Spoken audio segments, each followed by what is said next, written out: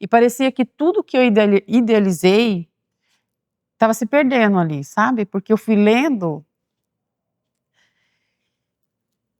Você me pegou a primeira pergunta. Eu fui lendo e vendo que a minha vida ia mudar dali pra frente, sabe? A minha vida depois do Bernardo, ela é linda, mas também ela é tumultuada. E eu não vou romantizar nunca sobre isso.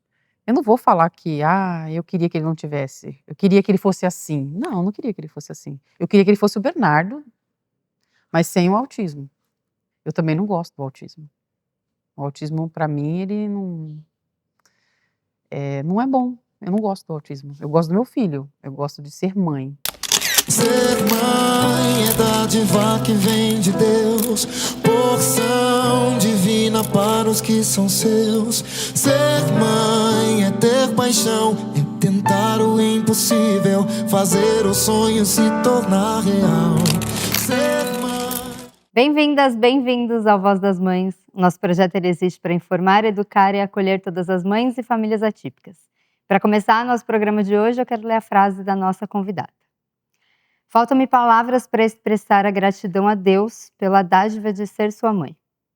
Às vezes eu grito, eu choro, eu questiono, me irrito. Mas mesmo em meio a tantas tempestades do dia a dia, você continua sendo o meu maior presente que a vida me deu. Te amo, meu filho. Keila, obrigada por você topar participar do Voz das Mães, contar um pouquinho da sua história. E eu já queria começar te perguntando se dá para explicar o que é ser uma mãe atípica. Não. É muito. A gente pegaria o programa inteiro para falar como é para mim, como mãe típica e mãe atípica, né? Eu tenho 2 filhos típicos e o Bernardo. Ser mãe atípica é todo dia ter a oportunidade de aprender. É isso. É isso que é ser mãe atípica. Oportunidade de aprender todos os dias, não só a parte difícil, mas a parte boa também. Exatamente. Quando que foi que vocês começaram a perceber que o Bernardo tinha alguma coisa diferente das outras crianças? A partir dos 2 anos. 2 anos ele começou a apresentar. Como a gente tem uma maternidade típica, né, a gente consegue ver em alguns momentos que a criança, ela é diferente dos outros que eu tive, né. Então o Bernardo me trouxe algumas coisas dentro do dia a dia que foi me dando um alerta, mas eu tentei não ver. Então, eu não me culpo de não querer ter visto, mas eu preferi esperar um pouco mais, até alguém chegar e falar: "Ó, ele tem algumas coisas, assim, que pode levar para o espectro autista", e então o Bernardo ele me levantou algumas informações que o autismo traz no desenvolvimento, que ele me trouxe muito cedo. Você conhecia alguma coisa sobre o autismo ou não? Nada, Nada. nada. E como que foi encontrar esse diagnóstico? Quando eu fui à pediatra, porque assim, começou muito, o Bernardo começou a comer muito papel. Comer papel, eu falo assim, comer mesmo, mastigar o papel, Qualquer tipo de qualquer papel. tipo de papel.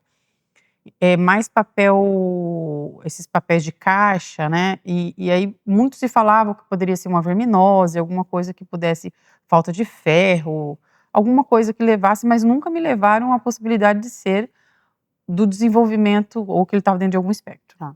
E aí eu fui numa pediatra, levar ele numa consulta comum, e quando eu cheguei na pediatra, ele foi para o cantinho da sala, né, ele tinha 2 anos, já andava, não falava, balbuciava muito, mas não falava. Tá. Ele foi para o cantinho da sala, ligou a torneirinha ali que fica para higienizar a mão na sala e ficou olhando aquela água cair, enquanto eu contava para ela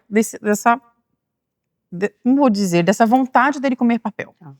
E aí ela me falou: "Olha, Keila, eu vou te fazer algumas perguntas para eu tirar uma dúvida que me veio aqui agora". Pediatra, tá? Falei: "Tá bom". Aí ela falou assim, ó: "Ele come papel como? Com fome?". Não, ele come papel assim, onde ele vê, ele tá comendo papel. Ela falou assim: "Mas o que você pode me trazer que você acha que ele é diferente, assim, de coisas que ele faz diferente?". Eu falei: "A água. Ele ama ver a água caindo, ele passa um tempo olhando a água, né. Ele tem um babuciar que é diferente dos outros filhos. Ele não fala, né, nada com 2 anos, ele não falava nada, só tinha aquele babuciar. apontar as coisas para mim, uma irritabilidade com as pessoas, né? Se fala muito que as crianças estranhavam, mas assim, ele não estranhava, ele tinha uma irritabilidade, eu não sabia o que era. E aí eu fui levando para ela essas informações, e aí ela fez toda a consulta dele, e no final ela pegou lá e escreveu. Autismo, aí colocou embaixo, espectro. E aí colocou um ponto de interrogação, tenho guardado até hoje a folhinha. Já tenho 8 anos guardadinha lá. 6 anos, 7. Aí ela falou pra mim assim, você vai procurar um neuro, porque eu tenho certeza que o Bernardo tá dentro do espectro autista. E aí eu fui no Google lá, olhei, fechei e saí. O que você sentiu quando você leu o Google? Eu primeiro pedi um aplicativo, entrei no aplicativo, coloquei ele do meu lado. Eu lembro como se fosse agora, assim, eu tô sentado exatamente num cantinho que eu sentei naquele carro. Eu sentei no cantinho, abri o aplicativo, li ali aquele aplicativo, e conforme eu fui lendo, foi me dando as coordenadas do que acontecia mesmo dentro de casa. E aí foi dando tudo aquele positivo, do que eu lia e batia, nossa, ele faz isso, nossa, ele faz isso, nossa, ele faz isso, dentro da idade que ele estava ali. E parecia que cada hora que eu lia, eu me afundava dentro daquele sofá. Já vou começar a chorar, né? E aí eu fui afundando naquele sofá ali, não era sofá, né? No carro ali, fui afundando. E parecia que tudo que eu idealizei estava se perdendo ali, sabe? Porque eu fui lendo. Você me pegou a primeira pergunta. Eu fui lendo e vendo que a minha vida ia mudar dali pra frente, sabe? E que essas mudanças me trariam. Eu não sabia o que ia me trazer. Mas o que eu mais queria é sair daquele carro, chegar na minha casa e falar pro meu marido: o Bernardo possivelmente está dentro do espectro autista, eu acabei de ver o que é e eu tô desesperada, né? E a sensação é essa, a sensação que eu tive do diagnóstico, que não era nem um diagnóstico de um neuro, né? Era um diagnóstico eu vou usar lá em cima, que era o diagnóstico da pediatra, era o medo de ser verdade. E depois eu marquei 3, né, neurologistas. Diferentes? E a doutora Renata, a doutora Mariana, que até hoje cuida dele, e uma outra médica, a doutora Flávia, foram as 3 que diagnosticaram ele, e todas diagnosticaram ele com autismo na primeira consulta. Foi bem rápido, né? Foi. E você falou até sobre algumas características diferentes do B, né? Que a gente não tem o costume de ouvir, por exemplo, de comer papel, da água, por exemplo, eu nunca tinha ouvido. E a gente já entra num assunto onde falam que o espectro, quem tá dentro do espectro é todo mundo igual, né? Que as características são as mesmas, e não são, né? Não, para mim é totalmente singular, assim. Eu acho que cada autista tá dentro de uma... Para mim é muito diferente e muito igual ao mesmo tempo, né? Eu falo para Simone que o Heitor, ele tem algumas coisas muito iguais ao Bernardo. Tá. Mas é as formas de gesticular, uma forma de falar com a mãe, sabe? Mas eu acho que é único. Cada um somos únicos, mas assim, eles têm uma diferença, assim, né? Então, será que todos andam na ponta do pé? Né? Será que todos não têm a dificuldade de fala desde o começo? Né? Então, o Bernardo, ele parou de comer muito cedo, né? Eu amamentei o Bernardo em pé até os 4 anos e meio. Porque o Bernardo, eu acho que eu não falei isso para vocês, mas o Bernardo, ele começou a ter uma rigidez de comer a partir de 1 ano e meio, mais ou menos, e ele só queria meu peito. Ele não queria comer nada? Nada, né? Ele tinha aversão, como tem até hoje, a muita coisa. E amamentar era a única forma de acalmar ele da irritabilidade. Sempre ele estava muito nervoso, eu pegava, baixava a roupa e botava ele dentro do peito, ele mamava ali até ficar suadinho. E tinha leite, tá? Tem gente que fala, até 2 anos o leite não... Não, o Bernardo, ele mamou leite até os 4 anos e meio, em pé, né? Isso porque depois que eu descobri que ele estava, né, dentro do espectro, eu comecei a entender a necessidade do peito na vida dele, né? E eu nunca falei sobre isso, aqui vai ser a primeira vez que eu vou falar sobre isso. Sobre amamentar ele por muito tempo, não foi porque eu queria. Eu não me sentia bem com um menino de 2, 3 anos nos lugares em pé tomando mamar. Mas era a única forma que eu tinha de acalmar ele de muita coisa que o autismo trazia no nosso dia a dia. Você era muito julgada nessa época? Sim. De amamentar, sim. As pessoas me julgavam muito. E ele mamava em um e segurava o outro. E isso trazia uma paz para ele. Só que o julgamento, para mim, até hoje, acho que hoje mais. Eu acho que as pessoas, elas precisam entender que cada um tem uma vida, né? Sim. Então, que cuidem das suas, né? Eu amamentei meu filho o tempo que ele precisou.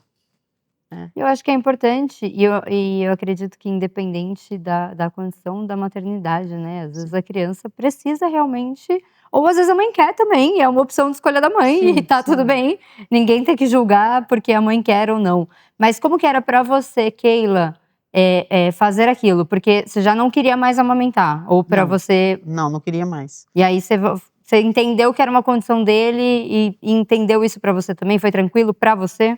Foi. Eu comecei a entender, após o diagnóstico do Bernardo, que tudo que eu fizesse, que deixasse a vida dele mais tranquila, que tudo...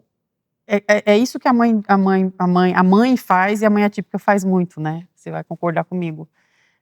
Não é bom pra mim, mas é bom pra ele, Sim. tá tudo bem, né? E eu tinha que usar roupas adequadas para poder tirar os seios nos lugares, né? Na praia, em qualquer lugar que eu estava, ele estava sempre procurando o peito. Ele tirava meu peito na frente das pessoas, porque para ele era uma forma de me alimentar, né? Então, qualquer lugar que eu estava, ele enfiava a mãozinha para segurar, para poder dormir, né? E o que mais me incomodava era na hora de dormir. Porque a hora de dormir, imagina o Bernardo, você conhece o Bernardo, ele é grande. Ele é grande. E então ele com 2, 3 anos, ele já era grande, né? Hoje ele tem o tamanho de uma criança de 12. O Bernardo tem meu tamanho. O Bernardo tem seu tamanho, só para as pessoas terem uma noção. Talvez um pouquinho maior ainda. Um pouquinho maior, né? E carrancudo, né? Então, amamentar ele à noite me dava... Eu ficava estressada porque eu queria dormir. E como ele não comia, ele queria ficar no meu peito ali por muito tempo. Ele não dormia comigo, o Bernardo nunca gostou de dormir com ninguém. Às vezes ele quer um chamego, mas ele gosta de dormir sozinho. Mas ele ficava no meu peito por muito tempo, e aí ficava dolorido, e eu sabendo que aquilo estava me incomodando, mas se eu tirasse, aí vinha todo aquele aí era transtorno e tal. Então, eu entendi que era bom para ele, mas não era tão bom para mim.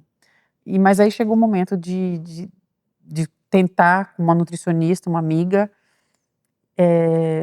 fazer um remanejamento do que a gente poderia fazer. E a gente conseguiu aos pouquinhos, não foi fácil. Acho que desfraude e tirar o Bernardo do seio, assim, tirar a amamentação foi a parte mais difícil.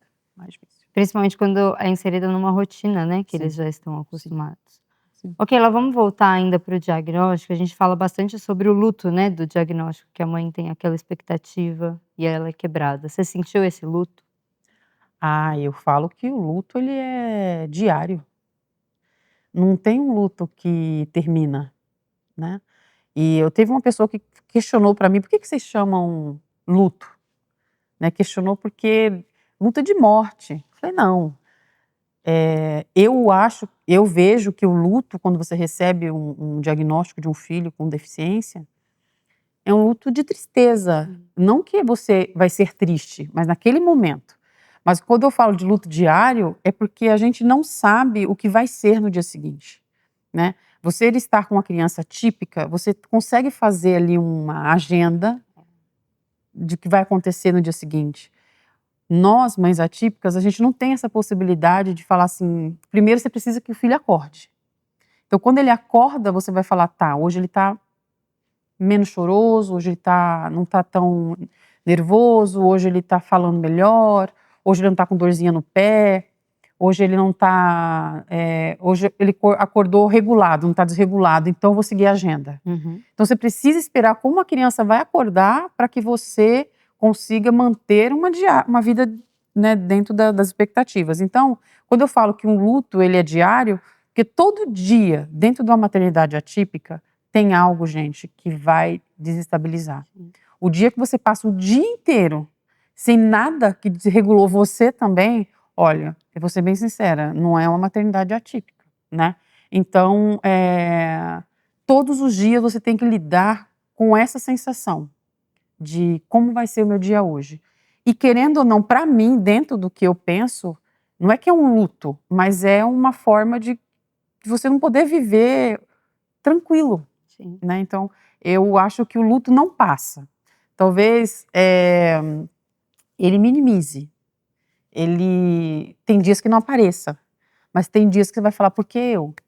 Quando volta porque eu, é um luto, Sim. né? Eu queria tomar um banho, eu queria ficar em paz hoje, eu não queria lidar com as situações que o autismo traz, porque para mim eu não romantismo, para mim a minha vida depois do Bernardo, ela é linda, mas também ela é tumultuada, e eu não vou romantizar nunca sobre isso. Então eu acho que o luto da mãe atípica, ele dá uma minimizada, mas ele é diário. E é interessante você falar sobre isso, porque teve um corte até, que muita gente comentou do Voz das Mães, falando sobre uma mãe falando: "Ah, eu odeio o autismo", né. Que acho que muitas mães falam sobre isso. Então, não é sobre a criança, né, é sobre ali a condição, tudo que isso nos traz, tudo que isso, traz para a mãe, para a criança também. Então, o que você está falando sobre o dia a dia é isso, a criança está tudo bem, de repente pode acontecer uma pequena um vento bateu e de repente desregulou completamente. E aí o que o seu dia estava completamente organizado, de repente ele vira, Desorganiza tudo. desorganiza. Tudo. E aí como que é viver esse dia a dia? É cansativo, né, porque é uma tensão 24 horas, né, a hora que eu falo que a hora que eu durmo, é o único momento que eu não tô tensa, né. Não é ruim o tempo todo, tá, gente, não é ruim o tempo todo, mas, lidar com a previsibilidade. Hoje eu fico assim, se aquilo acontecer vai desregular. Então às vezes eu desço correndo as escadas, não, não, não, não, não, espera aí, só um pouquinho, deixa eu resolver. Porque eu sei que se aquilo acontecer, vai desregular a vida de todo mundo dentro de casa. Então viver com isso inconstante, de você ter que ficar toda hora tomando cuidado para que aquilo não tire a criança de um conforto. Ah, mas nossa, eu li hoje, essa semana, eu li várias coisas sobre isso, são intocáveis, né, não pode, tanta coisa não pode acontecer. Não, não é. É que eu prefiro entender que se eu conseguir deixar a vida do Bernardo mais organizada, que o Bernardo não tenha tantas dificuldades diárias, eu vou ter uma vida mais tranquila, né? Exato. Então eu fui numa palestra esses dias que a mãe falou assim, se ele pegar um pacote de salgadinho e a Pepsi dele, sem açúcar, e deitar e comer e dormir, meu, que maravilha.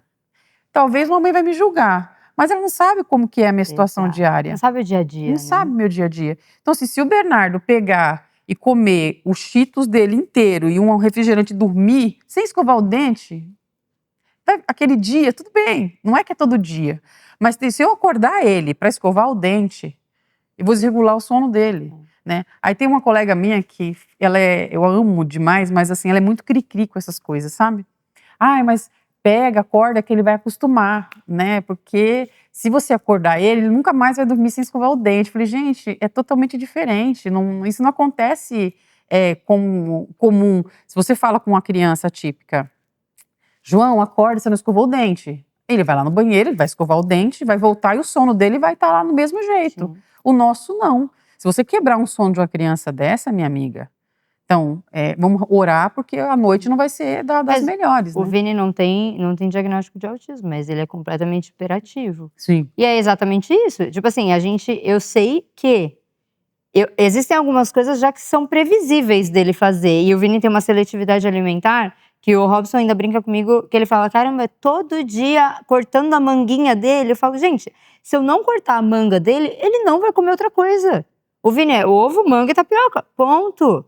Se não fizer isso, ele não vai comer. Sim. Então, e se acontece alguma coisa, desestabiliza. Então, Sim. a gente, e é isso. Você vive sempre em estado de alerta do o que vai acontecer depois e o que eu posso prevenir antes, né? Isso dá uma tensão, né? Lógico que dá. Quando eu vou fazer a comida do B, toda a comida dele, tipo, você vai fazer um franguinho, você compra o frango, corta ele em quadradinhos e vai fritar ele ali num azeitezinho com sal. Se algum franguinho daquele tiver, em algum momento, alguma pelinha que eu não vi, ele vai deixar todo o prato lá. entende? Então, eu coloco e fico catando para que Eu aquilo sou não assim com a casquinha aconteça. do ovo. Entende? Então, assim, as pessoas vão entender É. que vivem uma maternidade dessa. Se ele vai escovar o dente e ele não acha a tampinha da pasta para poder colocar após isso, ele entra em pânico. Cadê? Cadê? Eu preciso, eu preciso. Então, assim, quando ele vai escovar o dente, eu já coloco a tampinha da pasta perto para ele não ter, né, essa... Ai, mas eles precisam se frustrar. Beleza, Ai, como você é frescurenta, né? Keila. Então, Ai, você quer fazer tudo pelo seu não é? filho. Então é isso. Eu sei que frustrar é importante, não sou contra. Mas se aquilo vai trazer pra mim também um desconforto, gente, pelo amor de Deus, Então, né? eu acho que escolha as suas batalhas, né? A gente Isso. tem algumas frustrações que a gente vai deixar eles passarem, mas tem Sim. outras que a gente pode também dar uma organizada pra não ser frustrante pra gente também, né? Pra não Sim. acabar com o nosso dia, porque isso interfere no nosso dia, né? Em No como vai nosso ser. dia, na nossa noite, né? No nosso bem-estar, né? Não é só a criança, gente. É a família, a estrutura da casa, né? Tudo muda. Não é falando, que a maternidade... Tem gente que fala, mas a maternidade atípica é tão complicada assim. Ela é complicada. Ela é difícil. Todo dia você tem que lidar com... Não é com leões, não, gente. Com dragões, tá? Você tem que lidar com situações que você não imagina que você vai lidar. E você fala, nossa, como que eu vim parar aqui? Sim. Sabe? E então a maternidade atípica não é fácil, não. Principalmente quando a gente fala de realidades diferentes, né? Porque a Opa, gente fala sobre a maternidade atípica de quem tem dinheiro, sim. quem tem condição, e quem não tem. Desde um diagnóstico, Até a comida que come. o que você entende hoje como uma mãe atípica sobre essa realidade? Ela é dura, né? Ela é dura. Nós, né, que trabalhamos com pessoas todos os dias e lidamos com maternidade rica e pobre, é bem complicado, porque eu falo que às vezes eu sou privilegiada, infelizmente, né? Porque eu não deveria ser um privilégio você ter convênio, não deveria ser privilégio você ter o que a criança que tem a seletividade alimentar ter dentro da geladeira aquilo que ela come, Sim. né? Não deveria ser privilégio a mãe ter um emprego, sabe? Ter uma pessoa que ampare ela dentro do seu lar, né? Independente qual é o companheiro ou a companheira, né? Eu acho que toda mulher ou todo homem, todo mundo deveria ter alguém para te sustentar ali, vem aqui, vem conversar. Então, essa solidão que a maternidade atípica traz, né? Então, eu falo que é muito difícil você lidar com essa situação de quem tem e quem não tem, né? Eu já vivi isso muito, assim, uma vez o Bernardo ficou doentinho, e eu levei ele tem convênio, graças a Deus, ali, a gente trabalha muito para que ele tenha esse convênio, e eu postei ele fazendo um exame, sabe? Depois nunca mais eu fiz isso, porque eu me senti, não deveria, mas me senti culpada, assim. Ele fez o exame e tal, e depois no grupo uma mãe postou a mesma condição, num lugar há mais de 8 horas sentada para fazer exatamente o exame que o Bernardo fez no quarto. Aquilo me matou, sabe? Então, assim, não é porque eu tô errada nem nada, Não, mas eu muito não pelo contrário. gostaria que ela passasse por aquilo ali, Sim. né. Então é difícil você fazer por todos, mas eu acho que se a gente continuar nessa linha que a gente tá de ir ajudando as pessoas de alguma forma, lógico que a gente não vai mudar a realidade, mas a gente vai fazer alguma coisa diferente, assim. Me dói muito essa diferença. Eu acho que essas crianças, esses adolescentes, esses jovens, porque o deficiente ele fica idoso, né. Tem gente que acha que não, né, mas Isso é deveriam ter importante a esse gente falar, que eu estava escutando uma série exatamente sobre isso, sobre o autismo, e aí estava falando, aí tinha um rapaz falando, o autista as pessoas esquecem, né, que a gente fica mais velho. Sim. E quem vai cuidar da gente? Quem vai ajudar? Esse é um medo que você tem? Acho que é o medo de toda mãe, principalmente daquelas que não têm condições, né.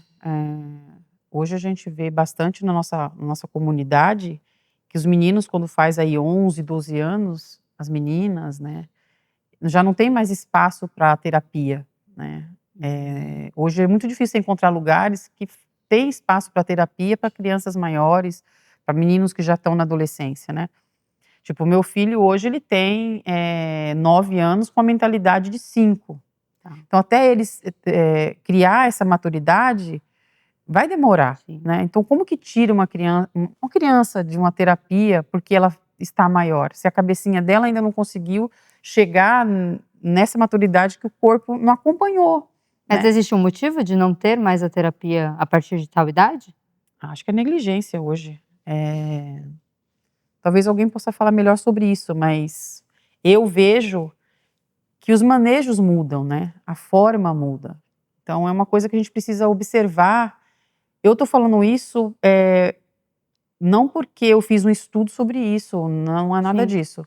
É as mães que estão dentro da ONG com a gente que falam muito sobre que os filhos ficam sem espaço quando eles ficam maiores. Interessante. Tem crianças que recebem, até difícil falar isso, alta de algum dessas partes públicas que tem aí, não vou citar nomes, mas eles recebem alta porque já não tem mais a idade para estar ali, né? Se o autismo ou as outras deficiências, porque eu não gosto de ficar frisando do autismo, só do autismo, a gente tem que falar de todas as deficiências. Você é uma pessoa com deficiência, Exato. né? Então, por que vai acabar ali aquela terapia? Se ela vai seguir com você. Então, normalmente, eu tenho muitos relatos de mães que as crianças recebem alta. E dali pra frente ela fica desesperada, né? Porque hoje as terapias pro Bernardo hoje são um auxílio muito grande, né? Sim. Sem essas terapias, como que ele fica? A gente ficou 7 meses sem terapia, porque teve uma mudança de convênio. Meu filho virou outra criança. Outra criança. A gente precisa às vezes, a terapia, pra mim, tá? No meu ponto de vista, o Bernardo fazia terapia todos os dias. De segunda a sexta ele fazia, ia pra escola, ia pra natação, era um monte de coisa. Teve um momento que eu decidi que eu também precisava viver. Você só ficava naquilo, né? Era aquela rotina só pra ele. Eu ficava ali todos os dias, 4, 5 horas na terapia, sentada naquela sala, esperando ele. E já tinha vindo da escola, que tinha natação à noite, ou tinha natação de manhã. E aí eu comecei a achar que, assim, eu também preciso respirar. Será que ele é feliz o tempo todo estando num lugar que é só terapia e a casa e a vida? Então eu conversei com a neurologista dele e a gente encurtou para 2 vezes na semana, lógico, isso, gente, é bem estudado com a equipe dele, né? A neurologista falou: vamos deixar ele aonde é mais necessário ele estar, não que os outros não seja, mas a gente vai para a escola e a gente faz alguma outro tipo de atividade. Tá. E para o meu filho, não estou falando no seu filho das pessoas, mas o meu filho fez super bem. Né? Pra ele ajudou. Ajudou muito, assim. Ele vai pra terapia, o dia que ele tem terapia, ele não vai pra escola, o dia que ele vai pra escola. Então, assim, pra não ficar aquele cansaço, é ajustado. Então, para o meu filho, pro Bernardo, fez muito bem.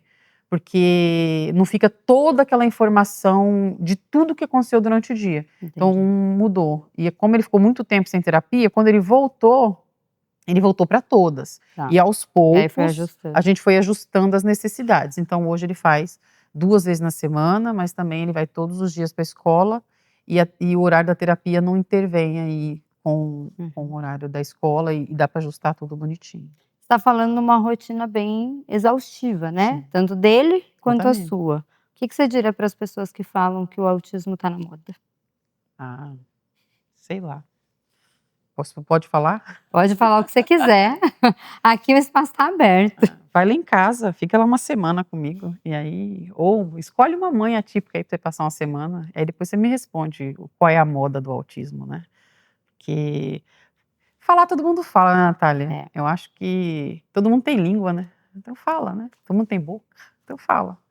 Mas é igual quando uma pessoa fala: nossa, que linda a sua maternidade, né? Parabéns, você é uma mãe guerreira, né? Então, assim, se você falar para ela: você quer o meu lugar? Sim. Eu acho que a pessoa vai responder que não, né? Então, hoje em dia, quando a pessoa ela insinua falar que tá na moda ou tá tendo muito diagnóstico, graças a Deus, né? Porque se viver num mundo que as pessoas precisam tanto de ajuda. Eu nasci em 80, gente, né? A minha filha tem 25 anos. Eu, olhando o Bernardo hoje, eu vejo que a minha filha está dentro do espectro, a Júlia, né?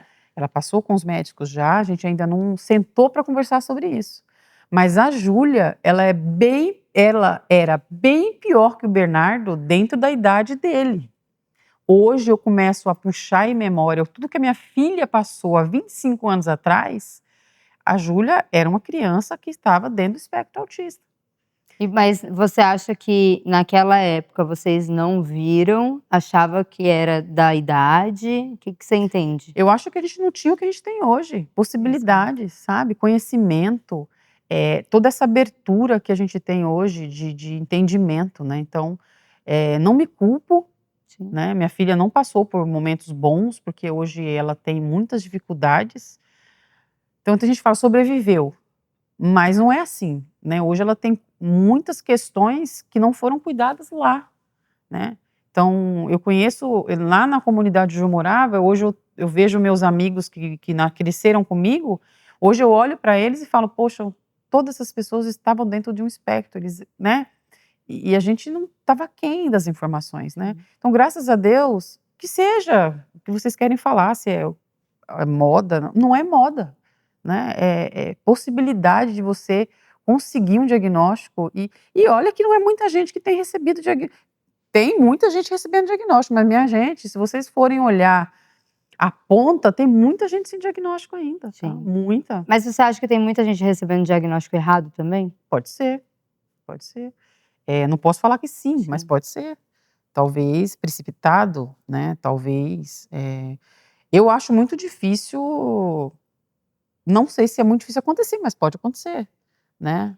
Como todo fato, tudo é autismo, não sei, né? Mas o meu filho hoje, quando o Bernardo foi diagnosticado, simplesmente as doutoras que atenderam sentaram ele num cantinho assim e ficaram observando, né? Então as características do Bernardo já na hora fechou. Então de repente as características são evidentes para que feche um diagnóstico. Então eu não vejo que tem erro, sim. Que pena, porque a gente tem bastante informação para que esses erros não aconteçam, né? E eu acho que hoje, quando a gente tem infelizmente o diagnóstico, em muitos casos, demora-se muito para sair, né? A mãe às vezes precisa e muitas vezes não sabe qual é o direcionamento, que eu acho que falta esse tipo de informação também, né? De quem são os médicos especialistas para isso? Como que a gente avalia isso? Você acha que, como que você vê hoje, conversando com as mães, dessa parte de diagnóstico? Olha, recentemente, eu vou falar de uma coisa bem recente, assim, uma irmã minha tá tentando diagnosticar um sobrinho meu que tem 12 anos, o Enzo. O Enzo, desde bebê, a gente vê que o Enzo tem algumas particularidades que ele possa estar dentro do espectro. Tá.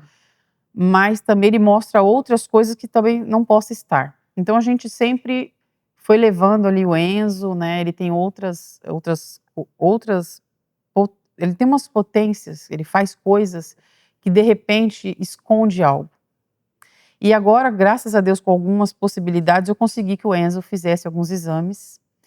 E só que quando a minha irmã foi atendida por um neuro, ele falou que só fecharia o diagnóstico se ele fizesse uma avaliação neurológica. Uhum. Eu fiquei preocupada, mas eu também não posso falar porque eu sou leiga na parte de medicina, Sim. né? Eu sou visceral, eu vivo. Então, quando eu falei, por que ele só fecha com um psicólogo? Ela falou, irmã, não sei, então vamos atrás desse neuro, Sim. né? E aí, quando volta, ele falou, ainda fiquei com dúvida. Eu acho que não, é um neuro. Então, isso me dá medo, né? Talvez, pro Enzo, a janela já fechou, né? Até os 5 anos ali, de possibilidades. Hoje, o Enzo já tem 12, 11 ou 12, se eu não me errar. Mas, se a gente continuar errando, com quantos anos que o Enzo vai ter esse diagnóstico? Sim. Né? Então, o Enzo eu já vejo que é um caso de ser urgente, tá? Vamos tratar, então, que ele está dentro do espectro, para a gente já começar a adiantar as terapias, tal, para que a gente possa fechar isso mais para frente, mas já vamos começar com alguma coisa. Então, esse esperar, ele não tem mais tempo de esperar, né? Então, isso me preocupa. bastante, assim. Isso me preocupa, porque acho que a demora do diagnóstico, muitos médicos, né, a criança tem que passar por muitos médicos, e aí vem a parte de custo, né, porque Oh, custos altos, eu brinco sim. que na maternidade atípica nada é menos que 1.000. Não, nada menos que 1.000. Então você tem que gastar muito dinheiro, a mãe atípica muitas vezes tem que parar de trabalhar. Não fecha a conta, Não né? fecha, né, 80% dos pais vão embora, Sim, então essa matemática não não fecha, fecha, né. não fecha. Eu já vi casos, assim, que eu recebo muitos casos, mas eu já recebi um de uma criança que ela tá com 9 anos. Olha o erro, olha o erro. Ela passou com o neurologista na unidade pública, acho que com 4, 3 anos, o médico falou: ó, há uma possibilidade de estar dentro do espectro, mas para que eu feche o diagnóstico só com 9 anos? Então não faz sentido, né. A criança já perdeu a possibilidade. Aí ele fez 9, e aí ele voltou. Eu conversei com essa mãe recentemente, e ela falou para mim que agora com 9 ele está na fila para fechar o diagnóstico para começar as terapias. Tá tudo errado. Muito atrasado, né. Não, tá tudo errado. Tá tudo errado, entende? Então, assim, isso não pode continuar acontecendo, né? Tem tanto diagnóstico, o pessoal fala, né? Ah, tá virando moda, tem tanto diagnóstico, mas, gente, tem muita gente que necessita Tem muito de diagnóstico diagnóstico que tá errado, que ainda não foi que não fechado. foi fechado, para que Exatamente. comece logo as intervenções para que essas pessoas que estão aí necessitando de terapias, ajuda, para ter uma vida mais tranquila dentro, né, das possibilidades, aconteça. Ok, qual que é a sua opinião sobre usar ou não o cordão do autismo? Ah, eu uso. Se eu vou na padaria, eu uso. Eu uso porque, apesar de que nem todo mundo conhece, né? A gente fala muito sobre inclusão e pouco sobre conscientização, né? Então, eu acho que antes de você começar a usar algo, você precisa se conscientizar por quê, né? Então, hoje qualquer lugar que você vá, talvez as pessoas não estejam preparadas e nem entendendo por que a criança está usando aquele cordão, ou o adulto, ou a pessoa que está usando. Então, assim, eu uso o cordão. Eu acho que, como meu filho tem muitas particularidades, né, o Bernardo ele não consegue ficar quieto, ele tem movimentos, bate palma, babucia, fala alto, fica nervoso muito rápido com algumas coisas. Então o cordão ele me trouxe uma liberdade, né? Com o cordão eu sei que ele pode ser julgado, porque as pessoas julgam mesmo, tá? Mas ele também tem pessoas que vão olhar de uma forma mais criteriosa. É uma criança que precisa de cuidado, que a mãe tá ali olhando. As pessoas que conhecem o cordão, né? Então, eu uso o cordão, sou muito a favor do cordão, não saio sem o cordão. É uma coisa que me dá desespero, é que se eu bati na bolsa e não achei o cordão, dá vontade de procurar onde vende para eu não entrar naquele local sem o cordão. Sim. Porque eu já me sinto, eu já fico pensando assim, alguém vai olhar, vai ficar com preconceito, porque meu filho é automático, né? Tem um senhor que todo dia que ele vai lá em casa, que ele vai buscar umas coisas, ele fala, ele não parece, né? Nossa, ele é tão quietinho, tão calminho. Então, um dia eu ainda vou chegar para ele e falar, senhor, por favor, né, chega desse assunto, não é que não parece, né? Então, isso me irrita um pouco, porque a criança não tem nenhuma característica física, tá, fica ali 2 minutos, você vai entender o que eu tô falando. Mas é o que bastante a gente ouve, né? Sim. Ai, nossa, mas nem tem cara de autista. Meu filho, eu ouço muito isso, muito, até dentro da minha família mesmo. Hoje eu sou uma pessoa que amo a minha família. Amo, tá, gente? Amo, pelo amor de Deus. Não vamos entrar em contendas, em conflitos. Mas são muito leigos. E não precisaria ser, sabe? Tem muita informação. Então, nossa, mas ele é tão calminho, nossa, mas ele não faz isso, nossa, ele não faz aquilo. Gente, o menino tem um diagnóstico, tá fechado, é isso, né? Então, eu uso o cordão na igreja, uso o cordão na padaria. Mas na igreja não precisa, porque todo mundo conhece o Bernardo, mas tem visitante. Sim. Então, eu uso o cordão, por mim usaria o cordão, eu também usaria alguma coisa para identificar, olha, nas minhas costas, eu sou mãe atípica, eu tô estressada hoje, sabe? Eu gostaria de usar, para ninguém encher o saco. Mas eu acho que mas faz sentido, porque eu acho que as pessoas não entendem ainda a realidade da maternidade atípica. Acho que isso demora muito para entender, para cair a ficha. E também porque tem aquela coisa de, ai, mas você não era seu sonho ser mãe? Não, agora você tem teu filho aí, assume teu filho e não reclama. Tem essa também, né? Ah, tem. Ah, eu queria ser. Eu falo que é que não dá mais tempo, eu teria mais filhos. Entende? Teria? Eu teria. Eu gosto de ter filhos. Eu sou apaixonada em ser mãe, gente. Eu tenho 9 irmãos, cara. Né? Família grande. Eu tenho 7 irmãs e 2 irmãos. Meu pai teve 2 casamentos e eu amo mesa cheia, mesa farta, sabe? E briga de irmão é muito legal, assim, sabe? Aquelas discussões de irmão, de quem gosta, quem não gosta. E o Bernardo tem 2 irmãos, né? Mas ele não vai ter um irmão de sangue, né? Não que não dá tempo mais, eu só tenho 45 anos, eu posso ter filho. Mas eu não quero ter de novo a possibilidade de me tornar de novo uma mãe que tem um filho com autismo, vamos dizer assim. Se fosse uma escolha, Não teria. Isso, meu marido postou esses dias sobre isso. Eu não vou falar que, eu queria que ele não tivesse, eu queria que ele fosse assim. Não, eu não queria que ele fosse assim. Eu queria que ele fosse o Bernardo, mas sem o autismo, né? Eu também não gosto do autismo. O autismo, pra mim, ele não é bom. Eu não gosto do autismo. Eu gosto do meu filho, eu Sim. gosto de ser mãe, mas não, eu acho que eu teria mais filhos. Eu gosto de ter filhos. Mas hoje, eu pensando dentro das dificuldades que a maternidade atípica traz, quando uma amiga minha, ou alguma mãe do meu projeto fala, eu tô grávida, eu não falo nada na hora, mas na hora eu falo, Jesus, tem misericórdia, e agora? Será que vai vir outra criança com autismo? Eu já penso. sim. Eu já penso, Sim. porque é natural, É a tá? primeira Não é natural. Na hora que a mãe fala, nossa, tô grávida, a minha preocupação já é essa, porque, gente, é preocupante. Sim. A maternidade atípica, ela não é legal, né? Não vou romantizar nunca, ela é muito complicada e difícil de lidar. E aí, quando uma mãe atípica fala que tá grávida, eu falo, ai meu Deus, que tudo bem, que corra tudo bem, que venha com muita saúde, mas se vir também, né? Que a gente tá aqui para abraçar essa mãe de novo e estar com ela de novo, como a gente sempre vai estar. Mas é uma preocupação. Mas não é uma preocupação porque a criança vai vir autista, é a preocupação por o que vai ser dessa família, com todas as Sim. dificuldades que o autismo traz. Não porque a criança vai vir com deficiência, Lógico. Principalmente mas o que pelo isso cuidado vai dessa mãe, trazer, né? Exatamente. Ok, a gente fala muito que a mãe atípica, depois que ela vira mãe atípica, ela vira mãe barraqueira também. Você teve que virar mãe barraqueira depois que virou mãe atípica? Eu falo que não é nem barraqueira, eu acho que a gente vive armadas, né? Eu falo que a gente está sempre aguardando alguma coisa que a sociedade coloca a gente nesse lugar, né?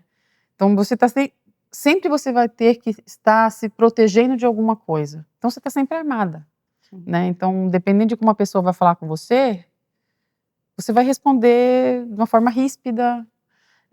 Eu falei aqui hoje para o Robson, eu recebi um forms da minha igreja que tinha lá as perguntas para as crianças que vai ter festa. Mas eu olhei aquele forms inteiro e meu filho não se adequava a nada. Eu liguei lá, falei, cadê a área da acessibilidade? Por que não tem essas informações? Eles vão me ver como barraqueira, mas não é barraqueira. A gente tem que buscar pelos nossos direitos e isso nos coloca no lugar de barraqueira. É porque se você ficar quieta, se você Não muda. simplesmente aceita, primeiro, nada muda, e segundo, que ninguém vai entender que não tá certo, né? Sim. Então aí fica a chatice, né? Eu vou falar, tá? Vou virar polêmica. Eu reclamei do cabelo maluco. Reclamei do cabelo maluco. Esse é um assunto bom. Eu reclamei porque será que as escolas pensaram nas crianças atípicas quando inventaram essa coisa linda das crianças chegarem em casa, na escola com a melancia na cabeça? Será que eles pensaram? Que hora que acorda essas crianças para poder colocar todas essas parafernálias na cabeça? Será que a criança está feliz em ir para a escola desse jeito? A criança deixa colocar coisas no cabelo? Será que a criança não tem uma sensibilidade? Sim. Então, assim, a escola deveria fazer, não é? Eu não sou contra não fazer. Tem que fazer. É legal, as crianças gostam. Mas não seria legal se isso fosse feito na escola? Tragam os materiais, tragam os brilhos, a gente vai fazer uns nos outros, a gente vai fazer aqui em conjunto, quem quer faz, quem não quer não faz. Meu filho ontem deixou eu fazer uma bolinha, eu peguei um gel enrolei o cabelinho dele e falei, ó, filho, vai ter cabelo. Enquanto eu falava pra ele o que estava acontecendo, porque ele não estava sabendo o que estava acontecendo. Porque eu me senti culpada, olha só o absurdo, hein? Eu me senti já culpada em o Bernardo chegar na escola sem nada na cabeça. Entendeu? Aí eu fiz lá uma bolinha na cabeça dele, aí ele olhou no espelho e falou assim, eu estou horrível. Entendeu? Falei, não, filha, é porque hoje é dia do diferente, as pessoas têm que chegar na escola assim. Sim. Mas assim, será que não seria mais legal você ter essa...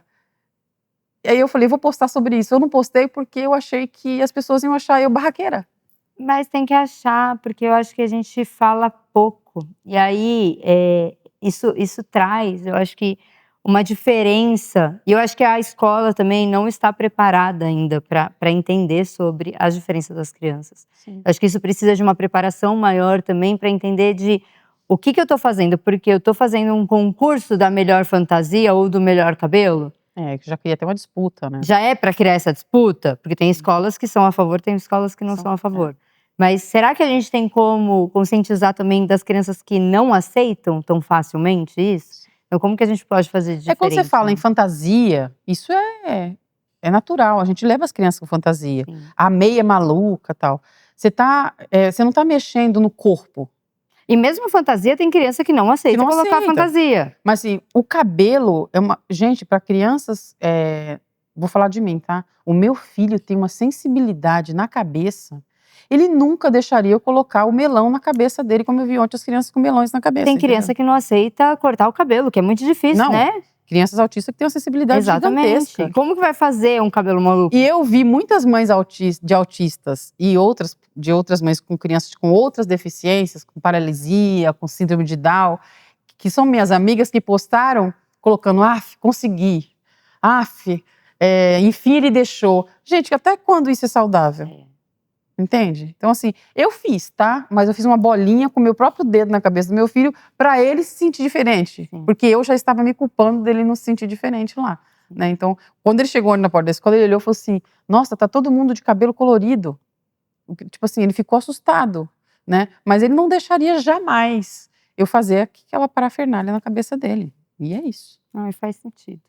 Bom. Ok, você fala que a maternidade atípica mudou completamente sua vida e também a sua vida profissional, né? Opa. O que a Casa Dina representa para você? Possibilidade de tentar, de alguma forma, mudar a realidade de pessoas e de mulheres, né? Eu falei ontem sobre isso. Diferente de muitas mães, o Bernardo, ele me trouxe possibilidades, né?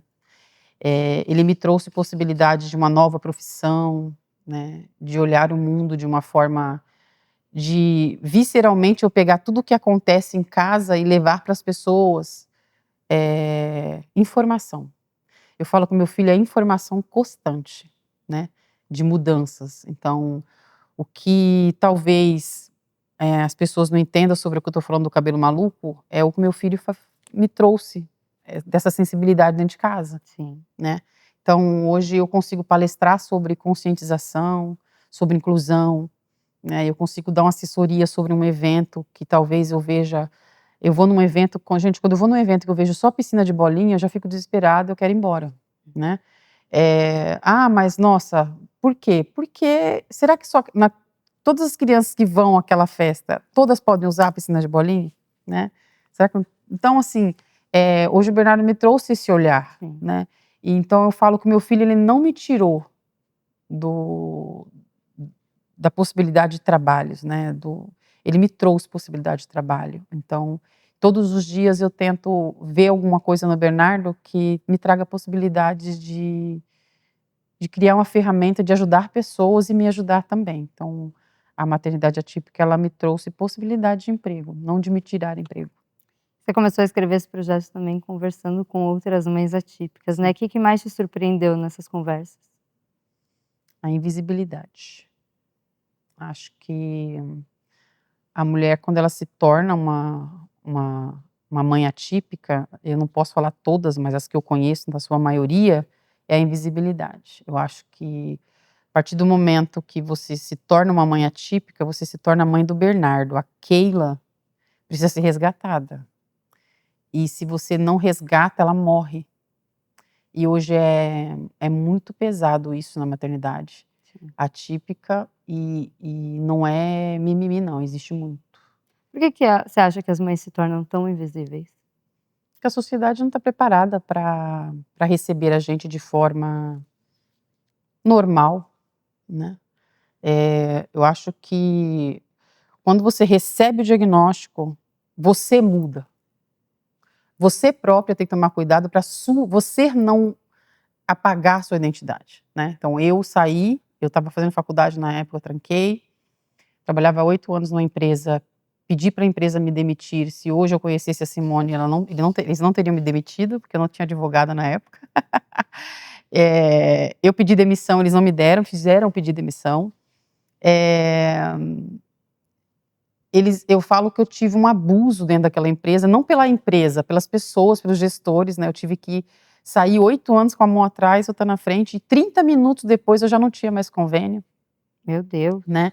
Então, é isso, eu falo que a parte de trabalho, olha, fugiu. O que eu estava falando? Sobre qual tema?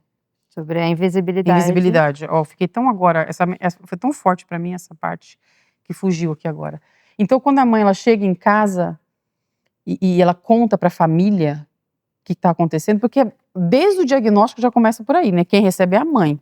Exato. Dificilmente o pai tá lá, né. Então quando você Normalmente tem que... eles não participam das consultas. Não, então quando você vai falar, você tem que contar primeiro pro pai, e depois você continuar contando para a família. Então assim, eu acho que a invisibilidade da gente já começa aí, né, te tiram a possibilidade de você estudar, horários flexíveis, te tira a possibilidade de trabalho, te tiram a possibilidade de você estar nos lugares, né, então a invisibilidade começa por aí, a própria família. Eu falo que hoje eu tenho 7 irmãos, que amo, tá gente, não vamos criar contendas, mas não são todos que conhecem as minhas necessidades por completo. Eu acho que falta um pouco de, Keila, eu vou na sua casa hoje, o que você precisa, né? Não é só meus irmãos, minha família mesmo, sabe? Hoje eu tenho muito mais amigas que sabem da minha realidade do que minha família. Não porque eu queira, porque virou a irmandade, né? A gente é uma irmandade. Falei isso pra Simone Vai se ontem. A gente ajudando. cria uma irmandade que vai se ajudando. Então, é uma pena, mas o que mais dói na maternidade atípica é essa invisibilidade, são violências, né, que eu te falei, que são...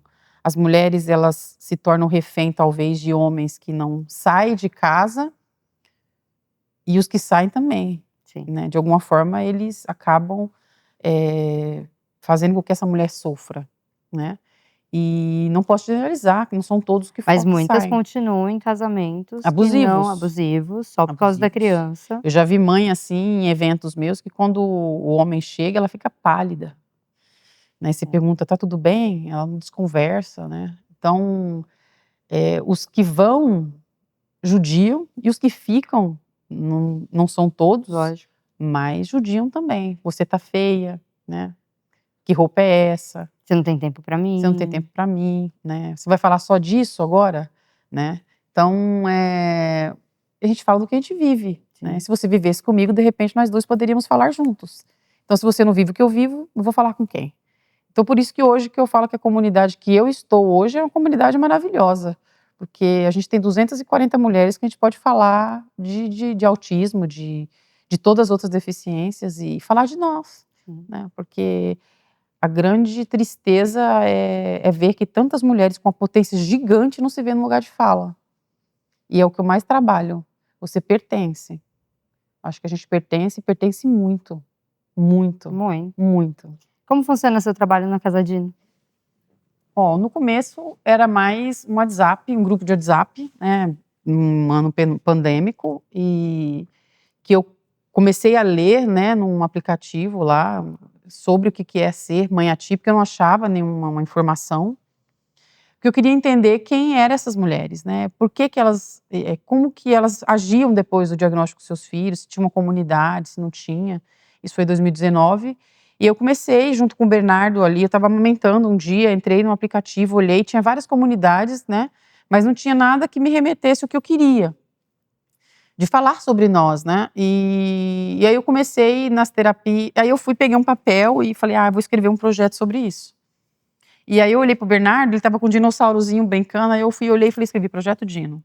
Porque meu filho ama dinossauro e eu achei que naquele momento que eu estava escrevendo aquele projeto, aquilo ia remeter sempre à vida do meu filho, né? E aí eu escrevi Projeto Dino e coloquei, quem é você? O que você faz? O que você gosta de comer? São as perguntas que eu faço até hoje, que hoje não é só eu que faço, tem várias mães que me ajudam, né? Mas assim, o que você gosta de fazer? Qual a sua profissão antes, né? Você é casado, você é solteira, qual a sua religião? Qual foi a última vez que você leu um livro? Qual foi a última vez que você foi no cinema? E essas perguntas eu comecei a fazer dentro dos consultórios que o Bernardo ia, numa consulta que estava aguardando um neurologista. Algumas mães daquela comunidade eu comecei a puxar, oi, você tem um WhatsApp? Eu queria falar com você. E aí eu comecei com 8 mãezinhas na época, a gente começou a falar. E depois a gente começou a juntar mais mães, foram para 26 mães, depois foi para 56 mães. Eu lembro direitinho o crescimento das mães, assim, 8 mães, 18, 26, 56. Agora a gente já chegou num número que está mais parado, que é o 200 e 240 ali. A gente estacionou meio nesse número, porque é o tanto que a gente consegue hoje, nem às vezes acolher todas de uma forma que a gente gostaria, porque a gente tem só 2 braços, né? Mas eu vi o crescimento e foi gostoso, gostoso e triste ao mesmo tempo, porque todas essas perguntas elas eram muito negativas, né? E aí eu encontrei uma forma de unir essas mulheres em encontros, né? A gente começou a fazer encontros na minha casa, e aí a preocupação era quem ia ficar com nossos filhos enquanto a gente tomava um café. Aí eu criei uma comunidade de pessoas para ajudar essas crianças, que são os nossos voluntários hoje. Amo vocês, muito obrigada. Então esses voluntários começaram a ir nesses almoços com a gente, que foi um amigo que abriu o restaurante dele. Eu lembro até hoje o nosso primeiro menu, que foi macarronada com suco de laranja e pudim. Então as crianças ficaram numa salinha lá com os voluntários e as mães ficaram ali. Eu vi que aquilo deu muito retorno, o brilho nos olhos de pertencer, gente. E o retorno não é financeiro. Não é financeiro, é palpável, sabe? Você vê como a mãe saiu dali, aquele abraço. Eu falo que abraçar uma mãe atípica, gente, todo mundo deveria abraçar. Porque o abraço dela transmite algo que eu acho que ninguém tem, sabe? E a gente se entende quando a gente se abraça. Não precisa ninguém falar nada. Aquele abraço silencioso já passa aquela coisa assim, eu preciso de você e você precisa de mim, sabe? Então a gente começou a criar essa comunidade de mulheres e a gente começou a fazer eventos muito grandes. O último, acho que teve mais de 80, né? 80 mães, e aí 80 crianças e mais voluntários. A gente tinha mais de 200 pessoas. E começou a crescer. Eu comecei muito sozinha no começo.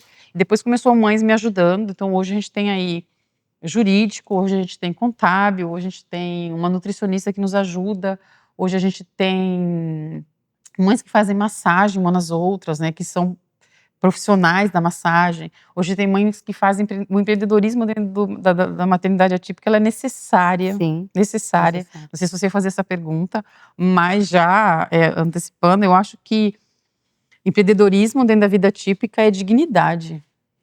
É dignidade, sabe? Levar o seu sustento do que você produz, levar o sustento daquilo que você vende o dia inteiro para poder chegar em casa e comprar o que o seu filho come. Às vezes a criança só come aquilo, né? E você eu vendi um produto que é do meu suor, do meu trabalho, e eu tô levando para casa essa dignidade, sabe? Eu acho que todo mundo precisa ter essa oportunidade de empreender, sabe? É bem importante. Hoje eu tenho um grupo de mulheres maravilhosas que estão não à minha frente, não atrás de mim, elas estão do meu lado, junto comigo, né? trabalhando para que o Projeto Dino cresça e que a gente consiga ajudar muito mais mães, dar visibilidade. E é isso, o Projeto Dino, ele é acolhimento. Qual que é teu sonho para Casa Dino? Que a gente consiga realizar tudo que a gente vem colocando no papel de uma forma verdadeira, sabe? Que a gente não entre nessa vibe das pessoas que estão por aí de falar sobre nós e não fazer por nós, né? Então, acho que a Casa Dino, ela é fazer. Tirar ali do papel e todos os dias, eu e a Simone, todos os dias a gente tem um projeto, né, amiga? Todo dia a gente tem um projeto. E esses projetos, eles não ficam no papel. Eles saem. Eu acho que a Casa Dino, ela é isso, ela é verdade. Eu acho que as pessoas precisam parar de só falar de nós e fazer por nós. É isso, a Casa Dino ela faz. Isso é muito importante. É importante. E pra mãe que quiser conhecer a Casa Dino, onde que ela tem que ir? Na Avenida Santa Catarina, 433, Vila Alexandria. A gente está no 3º mês de casa, né? É uma casa muito sonhada, uma casa que eu almejei com todas as minhas forças que ela acontecesse, e ela aconteceu. E hoje ela está prontinha esperando você, mãe, que é mãe atípica e é mãe. Ontem mesmo uma pessoa perguntou: mas eu não sou mãe atípica, eu sou só mãe solo, eu queria fazer parte. Pode fazer parte, né? A mãe atípica recebe a mãe típica, Com certeza. né? A gente está aqui para acolher, né? Então, de qualquer forma, a Casa Dino está lá aberta, a gente ainda está em organização dos horários, mas eu e a Simone tenta abrir e fechar, uma abre, a outra fecha. Aí a Maria, a gente está tendo uma união de mães abrindo, fechando, se organizando, mas assim, ela já está aberta normalmente das 9 às 17. A gente tem massagem, a gente tem psicólogo, a gente tem jurídico, como eu já falei, a gente tem lá, a gente vai colocar uma agenda no Instagram para que as mães possam acompanhar. E ela está lá aberta e eu creio que ela vai ficar aberta por muitos anos, Vai, recebendo amém. muitas mães e que ela possa ser um consolo para essas mulheres que precisam de um cantinho para dormir, Eu já tô doida pra ir fazer massagem lá. para Gente, descansar, é aqui para tomar do um lado do café. estúdio. Tem gente que chega lá e fala, mas parece uma casa mesmo, mas é uma casa. É uma casa. Meu sonho era ter uma casa, de você sentar no sofá, cochilar. Se eu quero falar, eu falo. Se eu não quero falar, eu não falo. Se eu quero participar da roda, eu participo. Se eu não quero participar da roda, eu não participo. A gente está muito cansado de falar o que a gente é, né? O que você gosta? O que é a mãe atípica? Eu estou aqui para falar sobre, mas toda vez que você faz uma roda de conversa, você tem que falar sempre sobre a mesma coisa, talvez canse aquela mãe. Então, ter uma casa que ela possa fazer o que ela faria no momento sozinha, que é difícil, né? E muitas vezes as crianças estão em terapia, né? Então, Sim. o que faz a mãe atípica quando as crianças estão em terapia? Pô, elas têm que ficar num consultório ali durante 1, 2, 3 horas, um dia inteiro, uma semana. Então, o que ela fica fazendo, né? O que ela pode fazer para ela? Então, às vezes, ao invés dela estar ali naquele consultório, ela vai para Casa Dino, onde ela vai estar conversando com outras Teve uma pessoa mães. que perguntou para mim, mas você só tem lá na Vila Mascote? Onde... A gente pode abrir em vários lugares, né? Sim. A gente pode ter vários projetos, mas primeiro a gente vai estabelecer deixar essa pronta, para que a gente possa ir para os lugares onde também tem essa necessidade de acolher essas mulheres, né? Exatamente. Mas é tudo com calma, a gente vai chegar lá, um passo de cada vez. É isso. O que você acha que mais mudou da Keila de antes de ser mãe do Bernardo para a Keila de agora? Acho que eu me tornei uma pessoa mais humana, né? Eu consigo ouvir, eu consigo entender dores que talvez eu nunca conseguiria entender se eu não estivesse hoje nesse lugar de fala, né? Então, eu me tornei, eu creio que uma pessoa melhor, né? Quando você não está dentro dessa maternidade, muitas das vezes você está numa bolha que você nunca saia dela. Mas meu filho me deu a oportunidade de eu sair dessa bolha e entender que a maternidade atípica ela é difícil, mas ela também traz um poder de você ver as coisas de uma forma diferente, mais humanizado, sentir. Eu sou bem chorona, assim, eu falei hoje mesmo, eu ando muito sensível com muitas coisas que vem acontecendo e tudo me sensibiliza muito, porque eu vejo muito sofrimento, Sim. né?